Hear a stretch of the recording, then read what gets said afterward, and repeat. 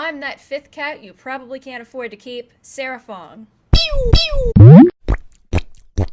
We're back today playing more Spyro the Dragon. Yesterday we finished the Stone Hill and Dark Hollow levels in the Artisan's world. We also 100% completed the Artisan's homeworld itself. Today we're going to finish the Artisan's homeworld level boss Toasty and the Town Square level, and then maybe even move on to Peacekeepers if we have time. Let's get started.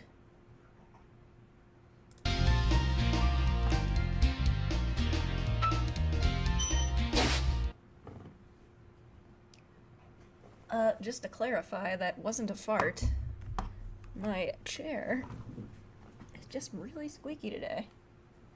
Yeah, I know. Likely story, right?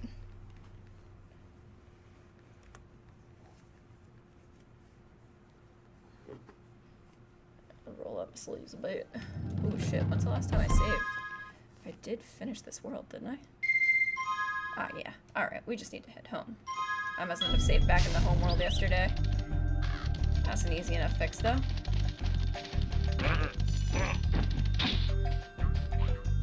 think we just exit level, right? I don't even have to go back to the I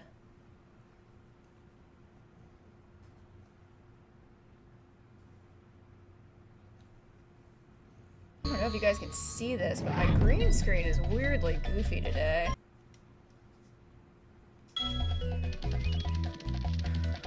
So the last part of this world is the town square, which I believe takes us, yeah, up here on the top. I think the entire Artisan's homeworld used to be on the PlayStation magazine. I think they were the ones who used to send out the demo discs, but the entire first homeworld was actually available, and it was pretty immersive for a demo. But then again, back then, demos were a little bit more than they are today.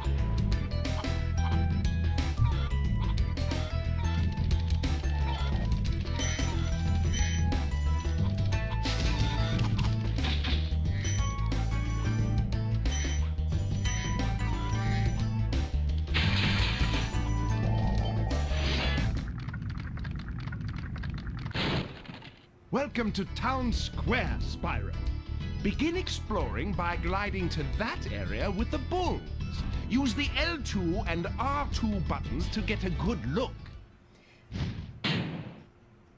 So one of the things I did with my free time, I don't want to say free time at work today, because in actuality I was, I had it on in the background while I was working at work, but... Oh wait, I gotta... I guess I already got the gems from them. One of the things I was doing while I was at work today was reading up on some Spyro the Dragon development facts. I think that might be something that I do for each of the games that I wind up picking. Maybe you guys can share some cool ones in the comment section as well as I go on if it's something that I didn't even know before.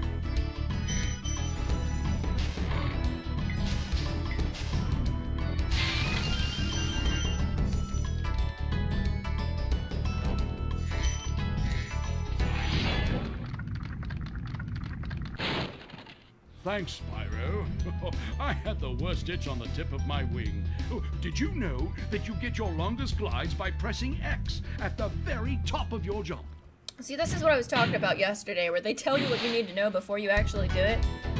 Like, to have arrived at that dragon mark, you would have already needed to learn how to glide.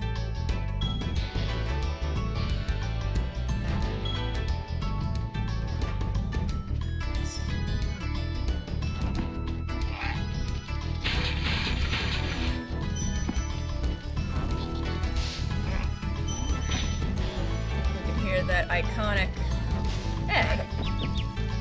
That iconic neener neener neener from the Egg Thief.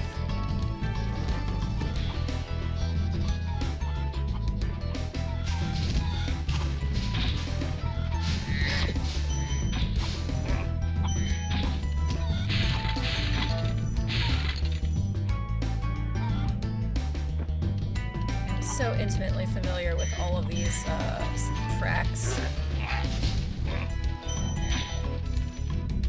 in the soundtrack. So, fun fact I learned while reading up on Spyro trivia today.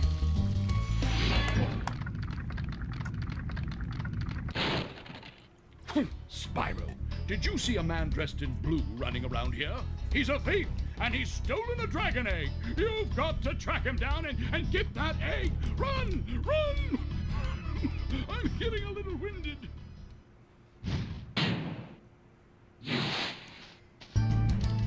So one of the things that they were talking about is the direct involvement that Nickelodeon Studios had in the production of this game. Mostly because if you've noticed when we opened up the game yesterday, that actually is a Universal Studios kind of marquee that appears across the screen. And that is because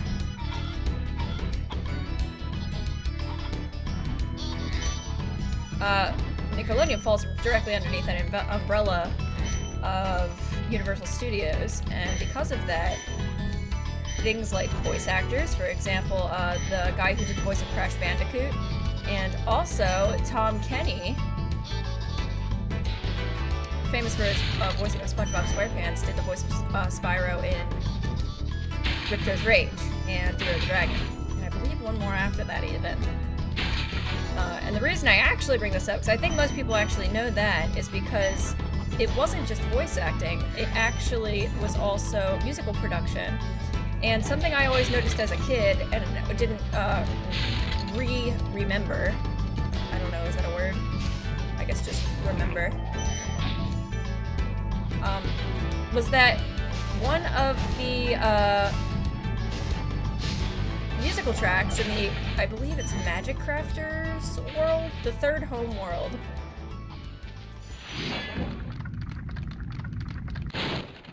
Thank you for releasing me. That is not what I was expecting Thor to sound like. Alright, so we can go back this way now that I got all the... Did I get all the treasure? 192. Alright, I'm missing. Still.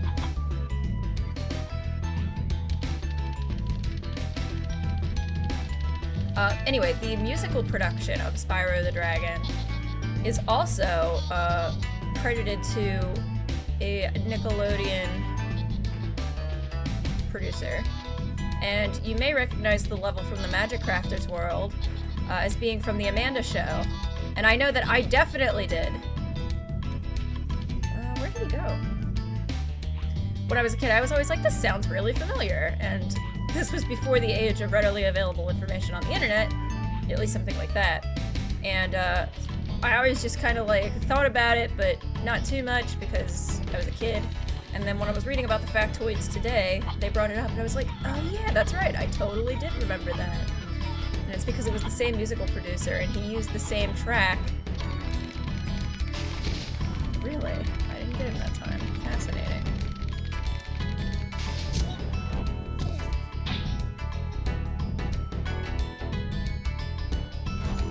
Also, I learned, and this is something I never knew, and it's pretty incredible, the Spyro the Dragon team, entire team, development team that made this game, only 6 people, if you can believe that. Oh, son of a bitch. Well, I got everything I needed. I should have just paused on the way down and exited the home world, but whatever. Cool. So we actually completed this level.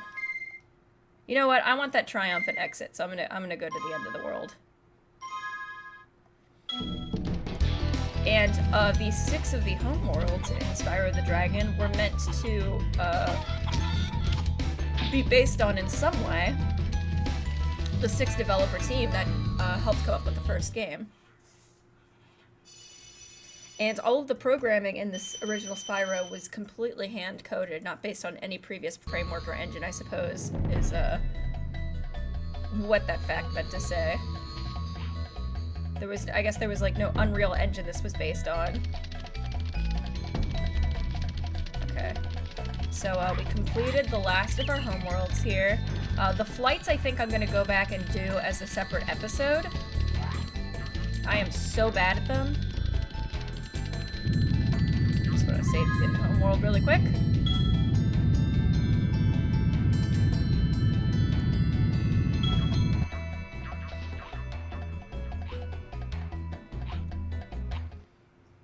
Confront roasting Toasty.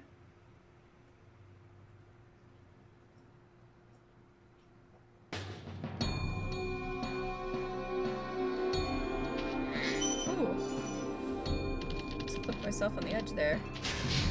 Oh, right, I forgot these guys take 2 hits. God dang doggos.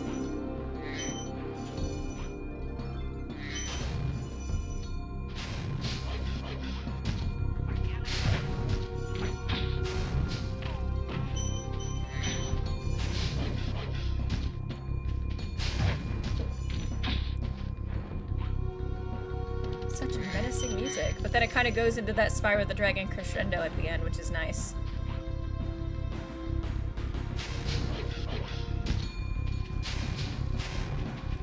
Come on, camera work.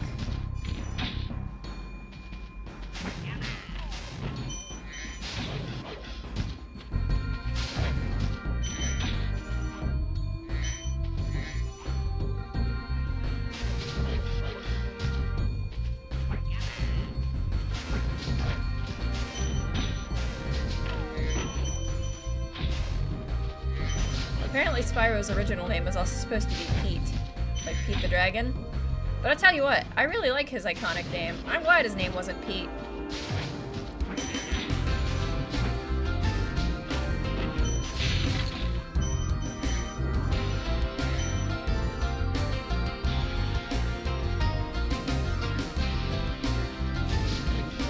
Oh, damn.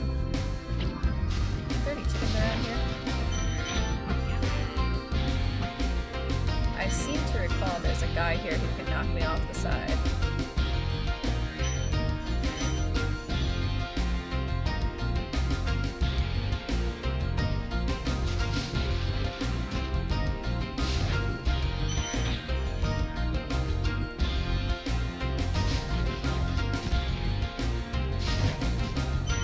Also, apparently gliding was a relatively new mechanic in such an early generation PlayStation 1 game.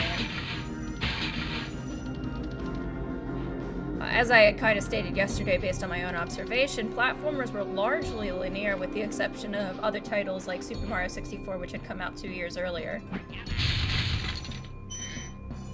But even Mario didn't implement the full-time gliding mechanic that Spyro did. I also somehow had completely forgotten Nasty Nork has put one of his most devious henchmen in charge of the Artisan world. Bring him on. I think I smell a barbecue. Be careful, Spyro. This boss has many tricks up his sleeve.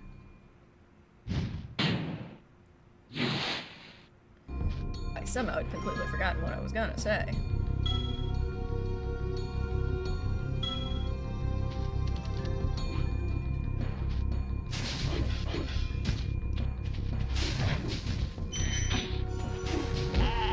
Brr.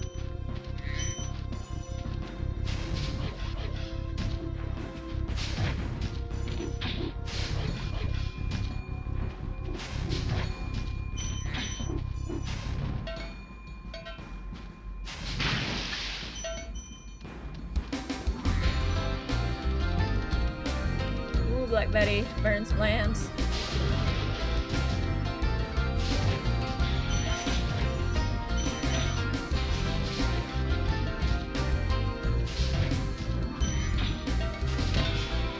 Light your ass on fire, boy. Alright, so what else? 96, so there's 4. Boom. Boom. Alright, let's see. 1 out of 1 or 100 out of 100? Oh, I meant to jump through the portal. Actually, I didn't mean to exit. Ooh, well. And now with that, we have 100% completed the Artisan's world.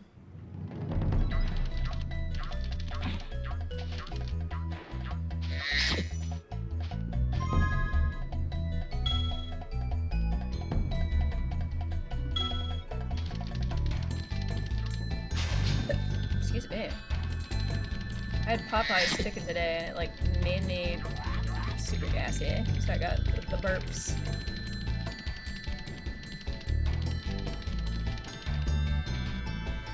So what is Marco supposed to be? Is he a Nork? Wow, I see you have been busy rescuing dragons, Spyro. You may travel to the Peacekeepers. Remix. You may travel to the Peacekeepers world if you like. Hell yeah. So is Marco a Nork? Because when I was a kid, I always thought he was a bird or a penguin. The balloonists. I'm a little chilly, so I'm gonna put a blanket on my lap.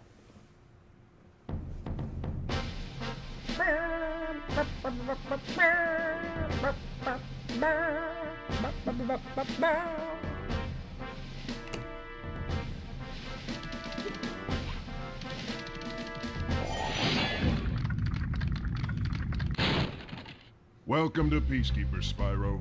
Look how our treasure has been turned against us and stolen. Recover our treasure, Spyro. Collect treasure. Got it.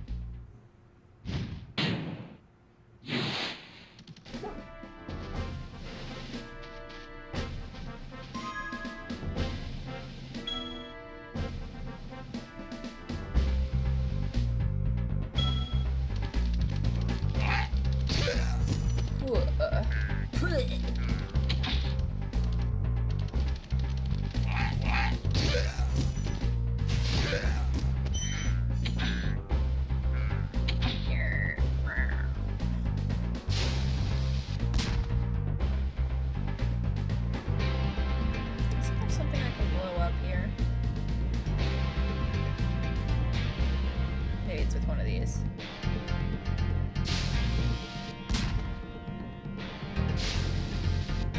I definitely feel like there's something I can blow up here, though.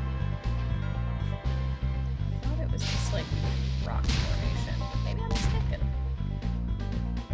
Nope. Okay. Maybe not. Maybe not.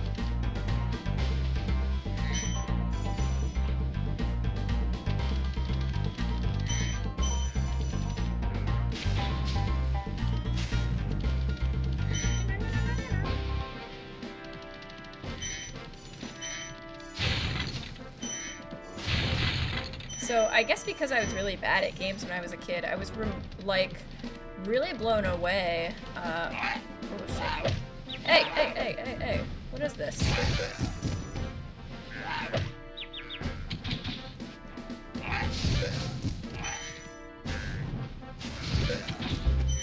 See, I was hoping to get the little Easter egg here where they moon you, but they all started attacking me like a bunch of jerks.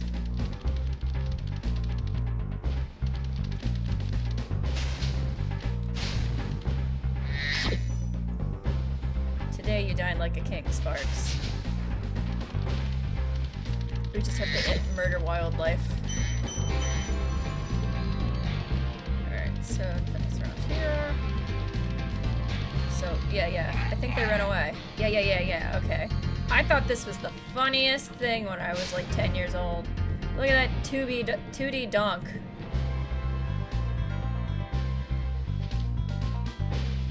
God damn it! Y'all booty like 2 placemats.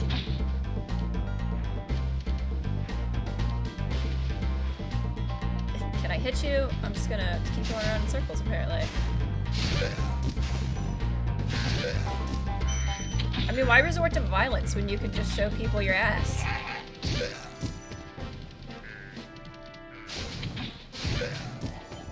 And yet, here I am immediately taking the violent approach. I mean, it really makes you question whether or not dragons are the bad guys here, or the good guys here. Oh, probably this is what I was thinking of before. The rock with the bullseye on it, maybe? I'm a genius. Just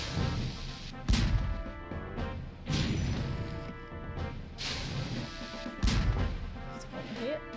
Oh yeah, I did. Amazing how it like intuitively knows exactly what distance to aim at.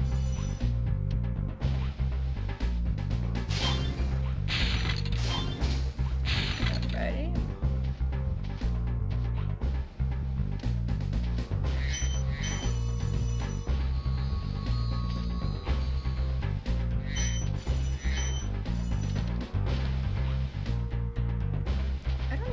remember. So I know that they said that Crash had the same voice in Spyro in the video I watched, but I don't actually remember Crash having like a real voice actor. Didn't he just kind of make noises?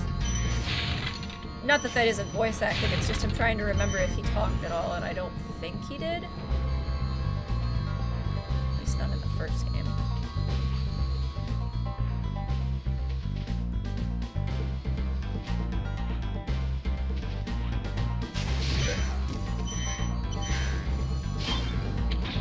Anything behind it? You always gotta check.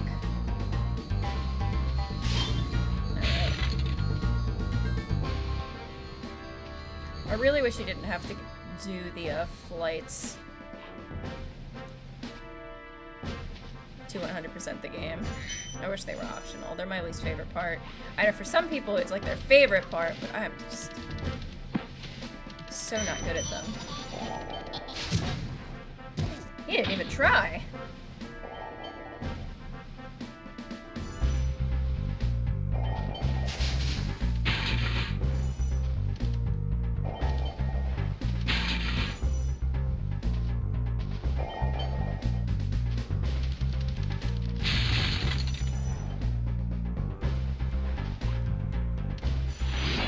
Noticed that we got a key. Well done, Spyro! Keep up the good work, and I know you'll fulfill your destiny. Destiny? I just want to kick some... Just toast those enemies and collect the treasure! Collect the treasure! Okay.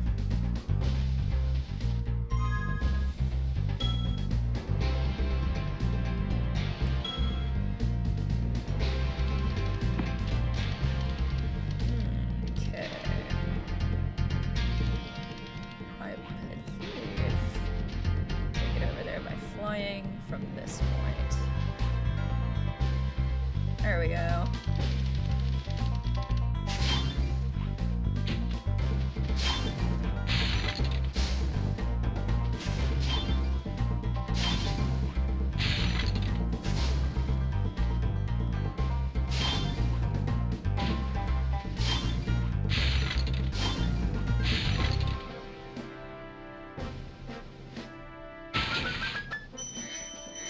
Cool. Alright, so how much more am I missing? Probably 200 in this level, right? 186 and 2 out of 3 dragons. Where's the other guy? Maybe closer to the balloonist, I suppose?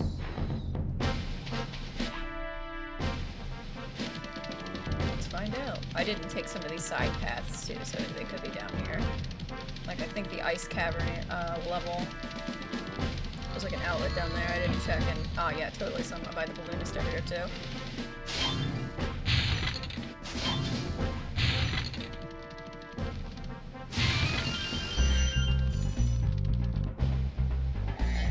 And what do you know? Boom, there's our 200 out of 200. This should be our last dragon. Magnus. Hi, Spyro! Sparks the Dragonfly has been doing a good job protecting you. Make sure to keep him strong by feeding him lots of butterflies. Feeding him lots of butterflies. Alright.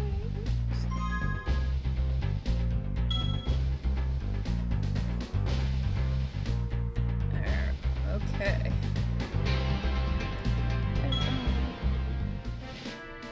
So I think this probably brings us to the end of the episode here. I think that now's a good stopping point, and then we could probably do another 3 levels, and probably like a 3 and 2, or 2 and 2. And that's how we'll do it episodically for the remainder of the game.